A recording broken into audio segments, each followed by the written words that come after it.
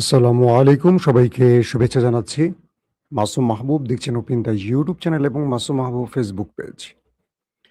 পৃথিবীর যেই প্রান্তে যারা আছেন সবার জন্য শুভকামনা, ভালোবাসা। দর্শক, বেশ কিছু গুরুত্বপূর্ণ খবর আছে। ভারতের ককরোচ পার্টি তাদের আন্দোলন থামালেও এখনো ভেতর থেকে নানান রকম উত্তেজনা বাড়ছে। একদিকে নরেন্দ্র মোদী তার শাসন ব্যবস্থার লম্বা সময় সবচেয়ে বড় ধাক্কাটি খেলেন কিভাবে এবং তার একজন মন্ত্রীকে পদত্যাগের মাধ্যমে। অর্থাৎ জেনজিরা বা ভারতের ককরোচ পার্টি যে দাবিগুলো করেছিল প্রত্যেকটা মানতে হয়েছিল নরেন্দ্র মোদীকে। আর সেই দাবি মানার মধ্য দিয়ে নরেন্দ্র মোদীর পরাজয় প্রমাণিত হয়েছে। পাশাপাশি তার দুর্বলতা বা রাষ্ট্র ব্যবস্থা, তার যে অনিয়ম বা দুর্নীতি, সবগুলো বিষয়কে শেষ পর্যন্ত স্বীকৃতি দিতে হলো নরেন্দ্র মোদীকে। অন্যদিকে সৌদি আরবে ভয়াবহ হামলা চালিয়েছে ইয়েমেন। যদিও সৌদি আরব ইয়েমেনের উপর হামলা করার পর ইয়েমেন ড্রোন এবং মিসাইলের ঝাঁক পাঠিয়ে পুরো সৌদি আরবের দুটো তেল ক্ষেত্রকে পুরোপুরি আগুন জ্বালিয়ে শেষ করে দিয়েছে।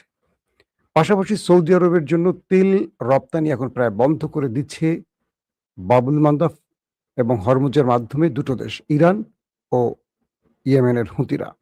পাশাপাশি গত রাতে একটা ভয়াবহ হামলার পরিকল্পনা নিয়েছিলেন মিস্টার ডোনাল্ড ট্রাম্প। হঠাৎ করে কোন ভয়ে বা কোন কারণে সেই হামলা থেকে পিছু হটলেন ট্রাম্প? পাশাপাশি যুদ্ধবিরতির আবারও আলোচনা শুরু হয়েছে। যে তথ্যটি কালকে দিয়েছিলাম, আজকে সেটার সত্যতা প্রমাণ পাওয়া যাচ্ছে। অর্থাৎ ইরান এবং আমেরিকার মধ্যে আবারও আলোচনার সূত্রগুলো দ্বার খুলে দিচ্ছে।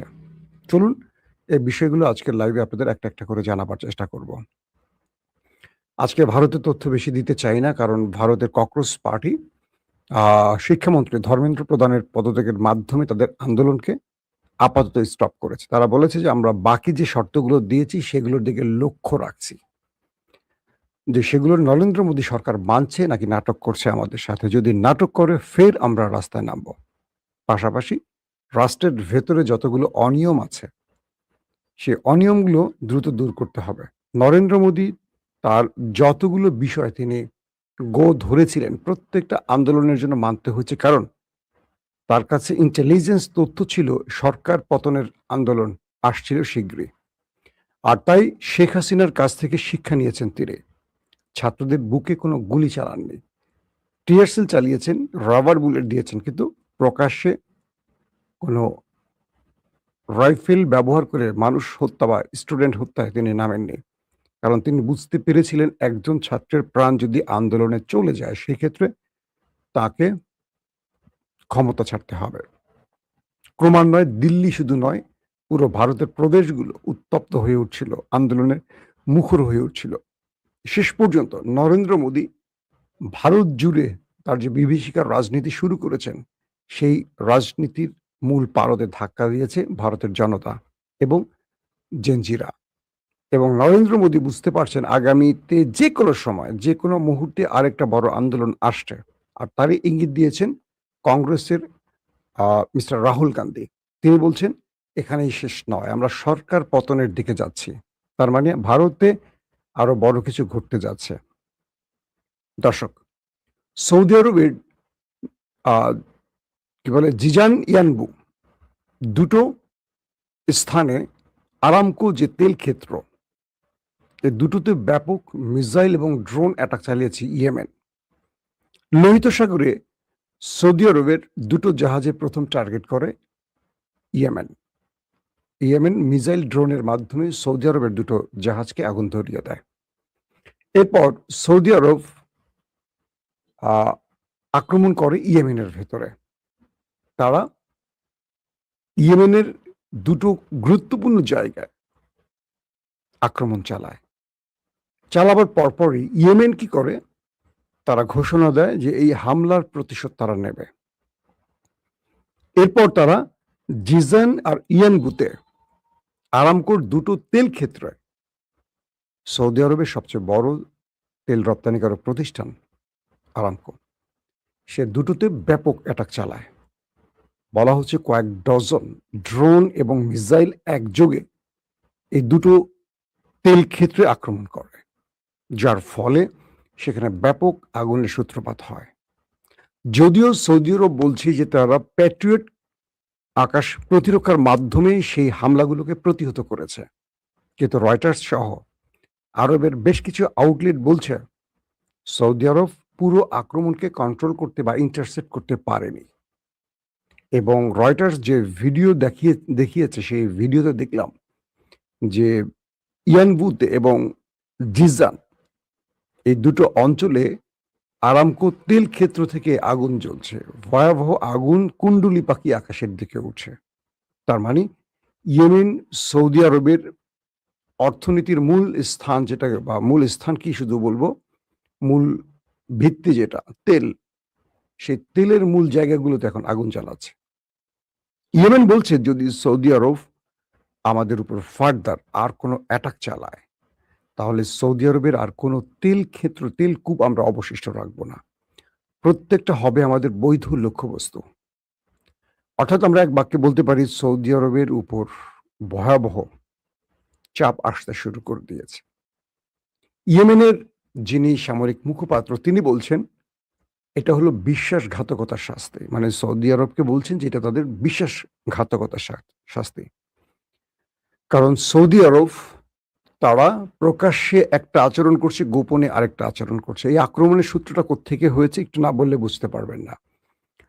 আয়াতুল্লাহ আলী খামেনির যেদিন জানাজা শেষ হলো তার পরপরই ইয়েমেন থেকে একটা বড় হুতি ডেলিগেট তারা এসছিলেন ইরানের জানাজায়, এবং তারা জানাজা শেষ করে ইয়েমেনে ফেরত যান। তো যখন সেই সৌদির বিমানটিতে ইয়েমেনের হুতি প্রতিনিধিরা সানা বিমানবন্দরে নামতে চায়, তো তাদেরকে নামতে দেওয়া হয়নি, বরং তাদের বিমানকে টার্গেট করে সৌদি আরব অ্যাটাক চালায়।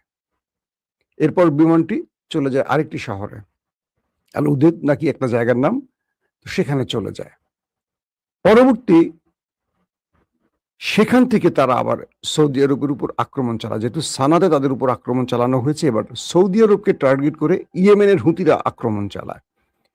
এরপর সৌদি আরব তাদেরকে আবারও আক্রমণ চালায়, ইয়েমেন আবারও আক্রমণ চালায়। এরপর তারা বাবুল মান্দাফ, এই লোহিত সাগরের বাবুল মান্দাফে সৌদির জাহাজকে নিষিদ্ধ করে দেয়। তারপর সৌদির জাহাজ ঢুকলে সেই দুটো জাহাজে আক্রমণ চালিয়ে আগুন ধরিয়ে দেয়। তারপর সৌদি আবারও ইয়েমেনে আক্রমণ চালায়। ইয়েমেন তারপর আবারও জিজান এবং ইয়ানবুতে আরামকোর দুটো তেল ক্ষেত্রে আক্রমণ চালায়। এখন ডোনাল্ড ট্রাম্প বলছেন যদি ইয়েমেন সৌদির উপর আবারও হামলা করে এর দায় শুধু ইয়েমেন না, ইরানকেও নিতে হবে। আর ইরান বলছে যে সৌদি যদি আমেরিকার দেখানো পথ থেকে সরে না আসে তাহলে সৌদিকে হয়তোবা এটার জন্য মাসুল দিতেই হতে পারে। আর হুতিরা বলছে যে এটা বিশ্বাসঘাতকদের কর্ম এবং তাদের শাস্তি আমরা বুঝিয়ে দেব কড়াই গন্ডায়। এখন সৌদি আরব কি করবে সৌদি আরব ভালো জানে। দর্শক, সবচেয়ে বড় ইন্টারেস্টিং খবর হলো লম্বা 13 দিন যুদ্ধের পর কালকে কোনো অ্যাটাক করেনি আমেরিকা। কেন অ্যাটাক করেনি আমরা কিছু তথ্য জেনে আসি। বলা হচ্ছে 2 সপ্তাহ ধরে একটানা বোমা বর্ষণের পর ইরান টানা তৃতীয় রাত কোনো মার্কিন বিমান হামলা ছাড়াই পার করেছে। এদিকে ওয়াশিংটন ও তেহরানের মধ্যে বৃহত্তর উত্তেজনা প্রশমন নিশ্চিত করতে পাকিস্তান ও কাতার মধ্যস্থতার প্রচেষ্টা জোরদার করেছে। আগের রাতেও কোনো ঘোষিত হামলা ছাড়াই অতিবাহিত হওয়ার পর রোববার ভোর পর্যন্ত ইরান জুড়ে কোনো বিস্ফোরণ বা বিমান হামলার খবর পাওয়া যায়নি। মার্কিন সেন্ট্রাল কমান্ড সেন্টকম তারা বলছে সামরিক অবকাঠামো, উপকূলীয় নজরদারি ব্যবস্থা, ক্ষেপণাস্ত্র ও ড্রোন স্থাপনা, নৌ সম্পদ এবং রসদ কেন্দ্র লক্ষ্য করে 2 সপ্তাহ ধরে চলা মার্কিন হামলার পর এই বিরতি এসেছে। কয়েক মাস ব্যাপী যুদ্ধ শেষ করার একটি যৌথ প্রস্তাবে যুদ্ধরত পক্ষ তাদের প্রতিক্রিয়া জানানোর পর মধ্যস্থতাকারী পাকিস্তান ও কাতার যুক্তরাষ্ট্র ও ইরানের মধ্যে বার্তা আদান প্রদান জোরদার করেছে। এমন সময় এই সাম্প্রতিক অচলাবস্থা দেখা দিয়েছে বলে রোববার কিছু কিছু গণমাধ্যমে জানিয়েছে পাকিস্তানের সরকারি সূত্রগুলো। ইরানের স্বাস্থ্য মন্ত্রণালয় জানিয়েছে মার্কিন হামলার সর্বশেষ দফায় 57 জন এবং আরো 629 জন আহত হয়েছে। 57 জন নিহত হয়েছে এবং 629 জন আহত হয়েছে। এই সপ্তাহ শুরুতে ইসলামাবাদ ও দোহা একটি যৌথ উত্তেজনা প্রশমন সূত্র প্রস্তাব করছে এবং সংঘাতের স্থায়ী অবসানের জন্য স্থগিত আলোচনা পুনরায় শুরু করার প্রথম পদক্ষেপ হিসেবে যুক্তরাষ্ট্র ও ইরানকে তাদের ৯ জুলাই পরবর্তী অবস্থানে ফিরে আসার আহ্বান জানিয়েছে। এটা একটা ভালো বিষয়। ইরান নিশ্চিত করছে যে উত্তেজনা প্রশমনের লক্ষ্যে মধ্যস্থতাকারীদের কাছ থেকে তারা প্রস্তাব পেয়েছে এবং সেগুলো পর্যালোচনা করছে। একই সাথে গোলাগুলির বিনিময়ের মধ্যে তারা কূটনীতির প্রতি নিজেদের অঙ্গীকার ব্যক্ত করেছে। জুন মাসে কাতার ও পাকিস্তানের মধ্যস্থতায় ওয়াশিংটন ও তেহরানের একটি সমঝোতা স্মারক স্বাক্ষর করে, যাতে যুদ্ধবিরতি অন্তর্ভুক্ত ছিল। এটি সংঘাতের অবসানে একটি চূড়ান্ত চুক্তির জন্য আলোচনার পথ প্রশস্ত করেছে। ওয়াশিংটন তেহরানের কাছে বাণিজ্যিক জাহাজ চলাচলের উপর হামলা বন্ধ করতে এবং হরমুজ প্রণালীতে নৌ চলাচলের স্বাধীনতা নিশ্চিত করার দাবি জানিয়েছিল। অন্যদিকে ইরান জোর দিয়ে বলেছে যে তাদের উপকূল বরাবর এই কৌশলগত জলপথে জাহাজ চলাচল তাদের নিজস্ব ব্যবস্থাপনায় পরিচালিত হবে। হরমুজের কথা বলছে।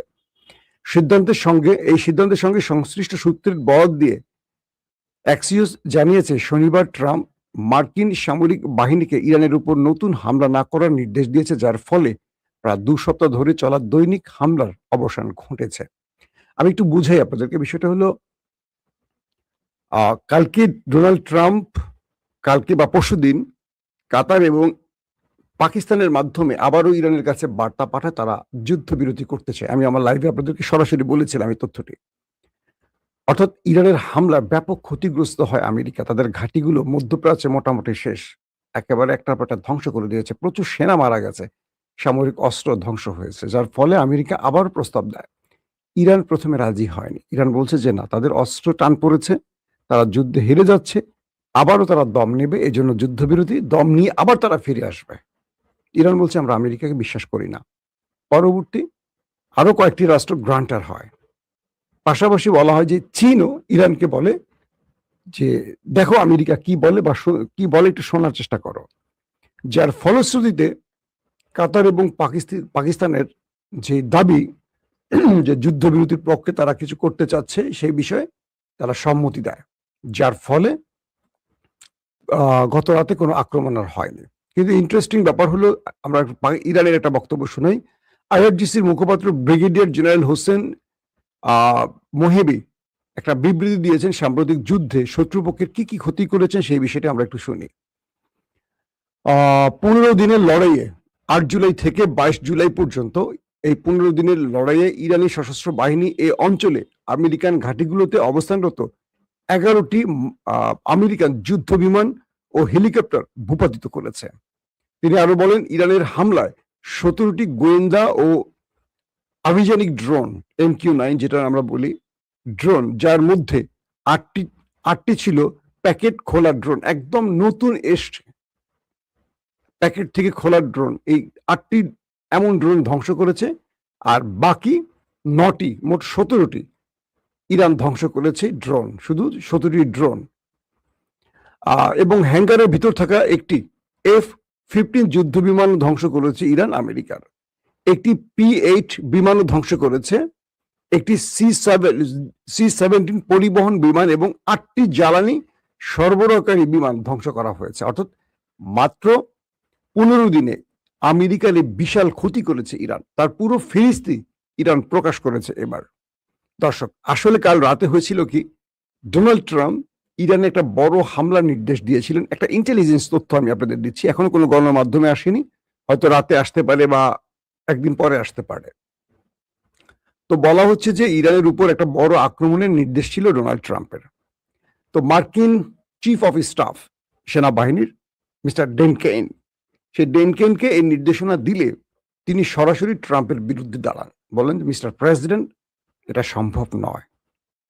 বলা হচ্ছে যে আপনি আলোচনার টেবিলে যেহেতু আছেন, আপনি আলোচনার দিকে একটু নজর রাখেন, কারণ আপনি বলেন আর না বলেন, মধ্যপ্রাচ্যে আমরা যে ক্ষতিগ্রস্ত হয়েছি, আমাদের যে পরিমাণ সেনা মারা গেছে, এখন ইরানকে আমরা আর যদি বড় আক্রমণে যাই তাহলে এটার যে রিব্যাক আসবে, যে পাল্টা জবাব আসবে, এটা আপনার কল্পনার চেয়ে বাইরে।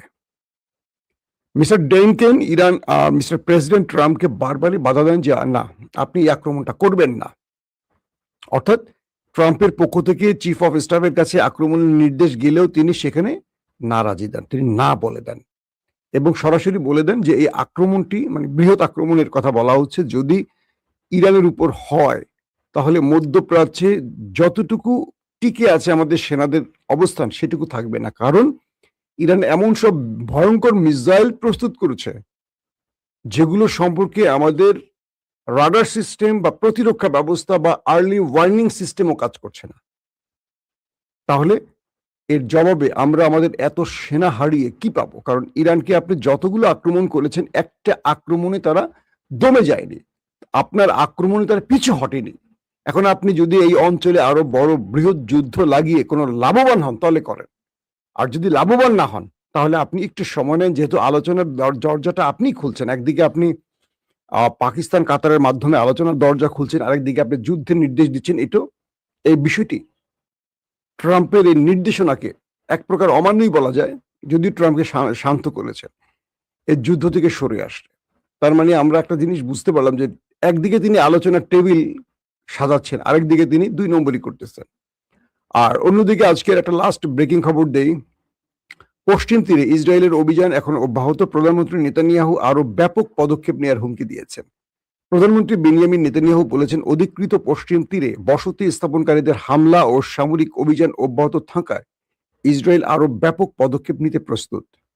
ভোরে ইসরায়েলি সৈন্যরা অধিকৃত পশ্চিম তীরের শহর নাবলুসে অভিযান চালিয়ে একজন নারী ও সাবেক বন্দীসহ প্রায় 40 জন ফিলিস্তিনিকে আটক করেছে। 4 জন ফিলিস্তিনি গ্রামবাসী ও 2 জন ইসরায়েলি নিহত হওয়ার ঘটনায় অধিকৃত অঞ্চল জুড়ে সেনা মোতায়েনের কয়েকদিন পরেই এই অনুপ্রবেশের ঘটনা ঘটল। কি একটা অবস্থা! ইসরায়েল এখন পশ্চিম তীরে ঢুকে তাদের বাড়িঘর দখল করা শুরু করছে, আবার যখন ফিলিস্তিনিরা ঘুরে দাঁড়াচ্ছে তখন তাদেরকে অভিযান চালিয়ে গ্রেফতার করছে। একটু জুলুমের শেষ পর্যায়ে আছে। দর্শক, আপাতত আজকের মতো বিদায় নিতে চাই। ইনশাআল্লাহ আজ রাত আবারও আসবো 10টা-11টার দিকে, আরেকবার আসার চেষ্টা করব ইনশাআল্লাহ। সে পর্যন্ত প্রত্যেকে ভালো থাকবেন। আল্লাহ হাফেজ।